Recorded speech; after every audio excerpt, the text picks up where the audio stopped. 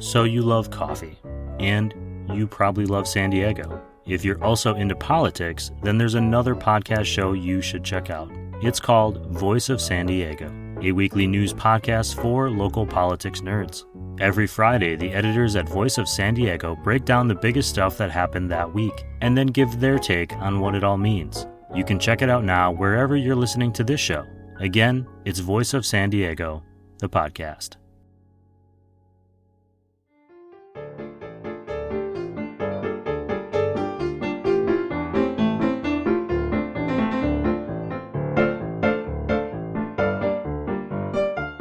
Good morning, everyone. Welcome to this special bonus episode of the Roast West Coast podcast. I'm Ryan Wolt, and I am kicking off Season 2 early. I had an extra mug of coffee this morning, and I just couldn't wait. Really, I had planned on adding my conversation with today's guest, Alden Hozouri, to a show a few weeks from now. But I just wanted to get this season going, so you all get to listen to this interview a little early. Alden did something really cool during the pandemic.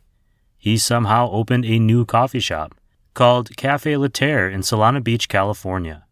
In fact, they just opened, and I wanted to talk to him while he was still feeling the effects of working through the long process that it takes to build and get a cafe approved, and then to actually open the doors and see those first customers.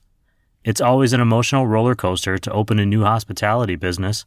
Throw in this year-long and counting pandemic, and I've got to imagine the strings on his emotional harp were really getting tugged on. A little bit about Alden. He got his start at Ironsmith Coffee in Encinitas before moving on to set up the coffee program at Wayfarer Bread. He also started his own company, Crossings Coffee Roasters, before getting involved with CAFÉ LaTERRE. He's a busy guy. We'll jump into that conversation in just a minute. As for me, I've also been busy, growing the Roast West Coast coffee program.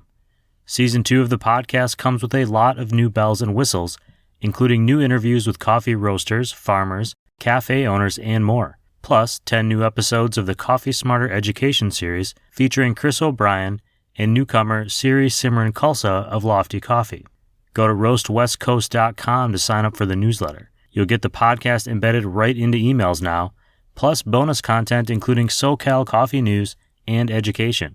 Roast West Coast even has its own dedicated social media feeds on Facebook and Instagram. It's at Roast West Coast everywhere. And if you want to do more than just listen, please join the Roast West Coast group on Facebook. There you can talk and celebrate coffee with other coffee lovers, and even some of the coffee pros that appear on this show. If all of that sounds like a lot, well, it is. It has been. Thankfully, I have some support this season.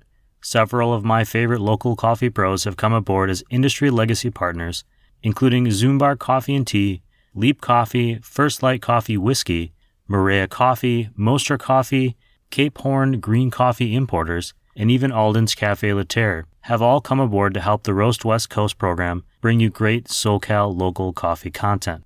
You'll be hearing a lot more from our industry legacy partners as our seasons go on. As they said in Almost Famous,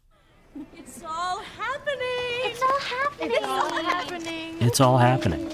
But for right now, I'm going to grab another cup of coffee. Here is a special bonus episode of the Roast West Coast podcast with special guest Alden Hozouri of CAFÉ LaTERRE.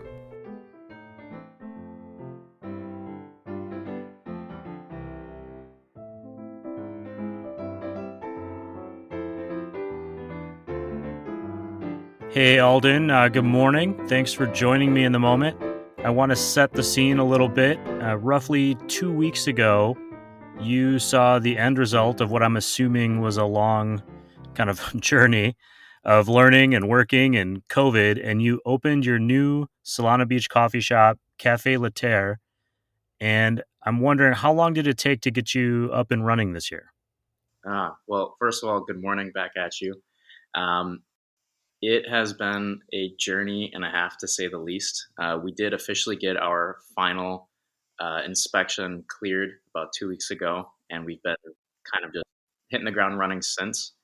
This project began right around October, November is when I was brought on board by this team to kind of give you like a bigger overlaying picture of this business. The cafe is owned by a company called Salon World Suites.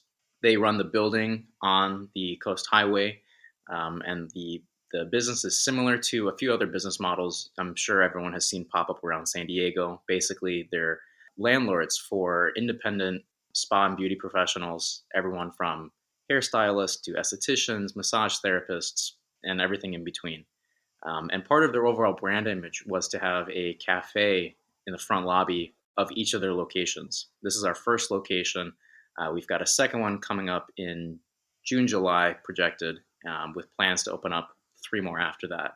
So this project was kind of fun because the space given for the cafe was pretty small, not too small, can definitely make it work, but it was a great way to try to distill all my knowledge from previous cafes and all my years experience in the industry to create a space that was efficient, was capable of something high volume, still looked great, still looked functional, and facilitated serving customers both outside on the street as well as tenants and their clients in the salon itself. And to throw COVID in the mix on top of it definitely threw everything out of whack. Trying to be patient and coordinate with city and vendors and our contractors, electricians. Everything is already outside of a pandemic, a pain in the ass. And the city being shut down and everyone's just stretched to their limits, it kind of requires flexibility all around and even greater attention to coordination and detail, just to make sure that everything's moving forward in the same direction. And it took a long time. We, like I said, it's March, end of March, and we finally got our card. But yeah, we're here. You're here. In that moment, that first day that you kind of open the doors and are waiting for a customer to come in, what was that emotion that through all of this you had achieved something? I think because it happened very suddenly. We part of what I was just saying a minute ago with flexibility and patience. We part of the overall process for those who aren't aware of what it takes to open up a shop. You've got multiple stages of inspections, and the final one is literally the end all be all. The health inspector comes and makes sure that everything is built to code, that everything is working and operational, water runs hot, and then a bunch of other little things just to make sure that you are safe and ready to operate for the masses.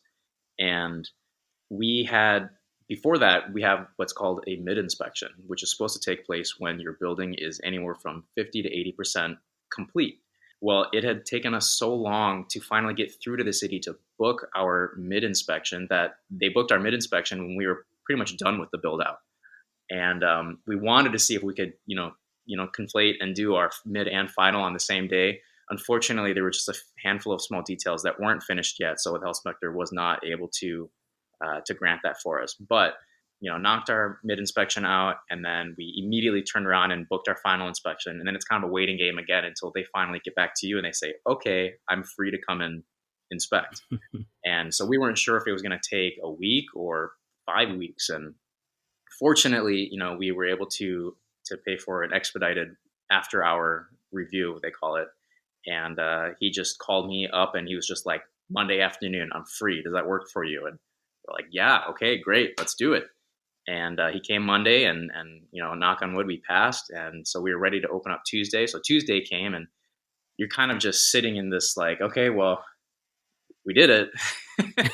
There's not a lot of fanfare. And so it was exciting for a lot of the tenants inside the salon who had been seeing this build out over months. So they're all excited to come and, support the business and, grab a drink, grab a bite to eat. I think for me, actually, the first time where I felt like a swelling of pride and accomplishment was just this past Saturday. One of the features of the cafe is we have a serving window to face the outside street, the 101 and the parking lot. So, communities around us, cyclists, surfers, they can all come up to the window, order off their phone or order directly through me. And, a handful of cyclists had found their way to the window and discovered we were open. And, we hadn't really been pushing for a lot of that outward exposure yet, because there's still a small handful of things we're still trying to finish up, like our menu boards and, getting plants in the cafe, all the aesthetic details, final touches. But, word of mouth spread that morning, and, we had this small little rush of cyclists, maybe like 25, 30, and it was fantastic. It was so cool to finally be in the thick of a rush, as short as it was. And I think that was when I finally took a step back afterwards, and I'm like, okay, yeah, this feels good. I know that feeling, and there is this long, drawn out period of where everything feels like it's moving at a glacial pace, and you can only do so much, and you're waiting on other people, and then all of a sudden, this wave hits you of just movement, and all that you've got all these other, you've got customers, you've got people in the salon, you've got all these things happening, and it can definitely be an emotional roller coaster. I think you said something really interesting to me is that you're inside the salon or part of it, but you have your own walk-up window. But does that mean, because this last year has been so crazy, does that mean you're also beholden to like COVID rules for salons and for cafe hospitality? I mean, there's a lot of overlap there, but there was certainly a time this last year where salons were closed, but like takeout, walk away wasn't. And so I'm just wondering if that is true for you guys or how you distinguish that.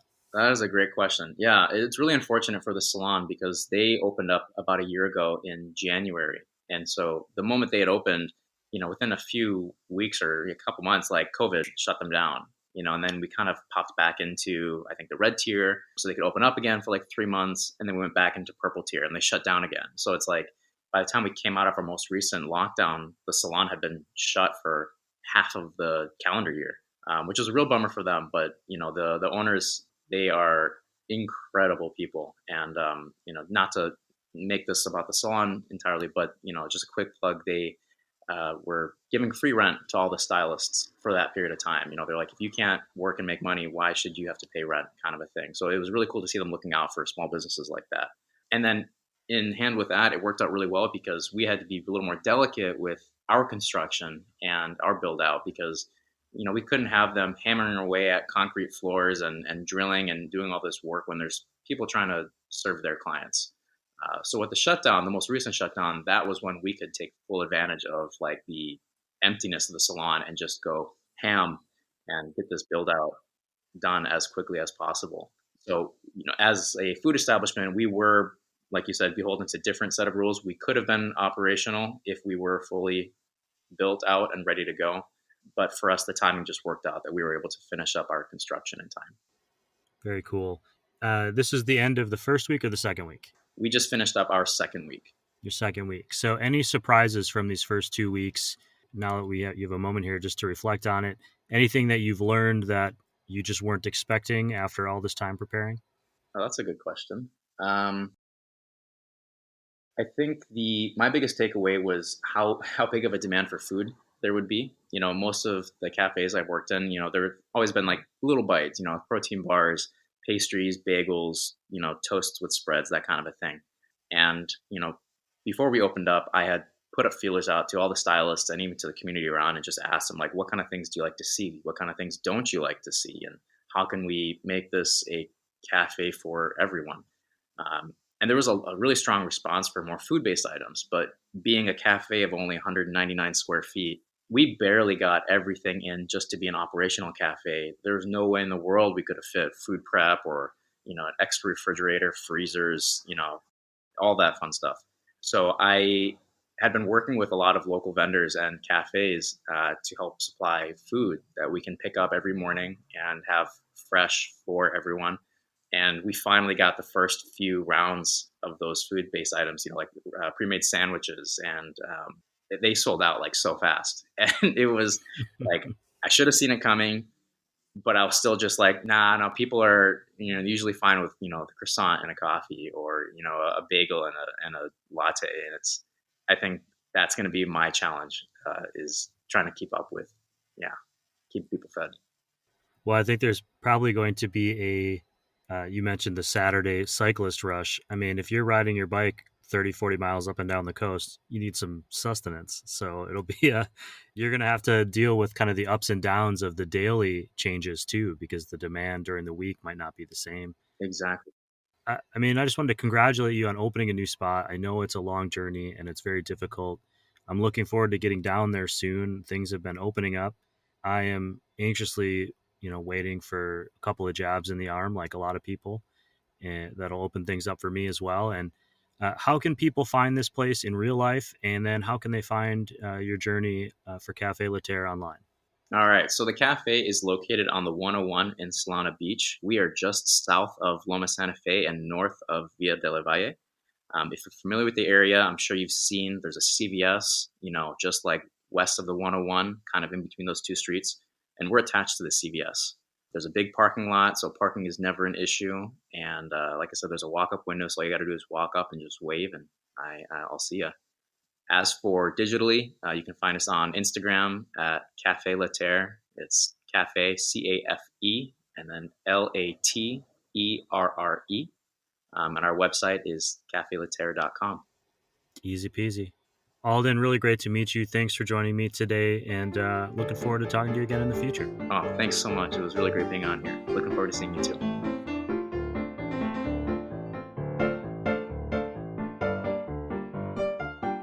A big thank you to Alden for coming on today's show, especially so soon after opening the new shop. Café LaTerre is going to feature Alden's own Crossings Coffee Roasters coffee, baked goods from Homage Bakehouse, food items from Woodsy Cafe, tea by Rare Tea Company, locally grown produce, and specialty chocolates from local chocolatiers.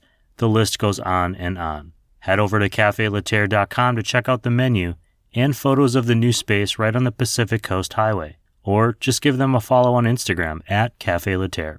Thank you all for listening to this episode and being excited for the upcoming shows on the Roast West Coast podcast. Starting next week, new episodes will come out twice weekly through mid-June, starting with a great conversation with Kayak Coffee Delivery's Brendan Abrams on Tuesday, and a brand new Coffee Smarter with resident coffee expert Chris O'Brien of Coffee Cycle on Friday. As I mentioned, later this season, Siri Simran Khalsa, the executive director and head coffee roaster at Lofty Coffee, will be joining the show as our resident roaster expert. I'm pretty excited to learn more about that side of the coffee business. If you've enjoyed today's show, and I hope you have, please share it with a coffee-loving friend. Just let them know they can search for Roast West Coast on any of the major podcasting platforms, including Apple and Spotify, or just sign up to get it right in their email inbox at roastwestcoast.com. But if you are listening on Apple Podcasts, please don't forget to give us a rating, ideally the 5 stars one. It really helps other listeners find a new local show like this one. Thank you for helping us spread the word.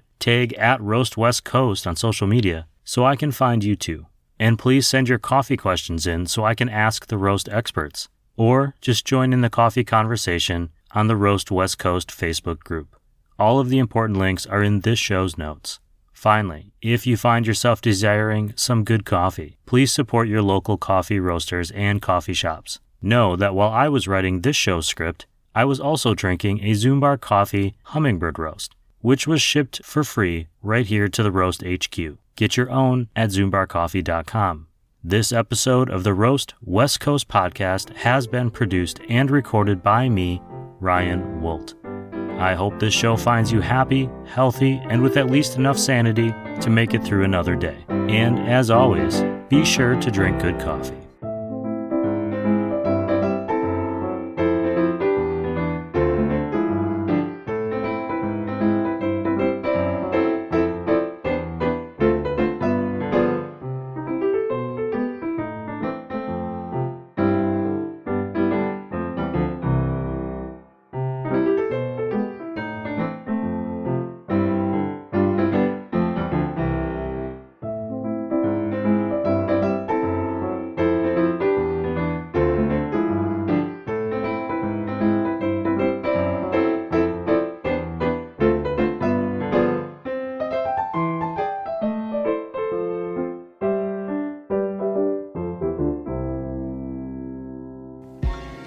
Hey everyone, this is Cody from San Diego's first and longest running local beer podcast, Beer Night in San Diego. If you love the local beer community, check out Beer Night in San Diego, available everywhere podcasts are found. Each and every week we bring you great local beer discussion, beer education, news, and tons more with a touch of comedy. Check out Beer Night in San Diego to laugh and learn with us.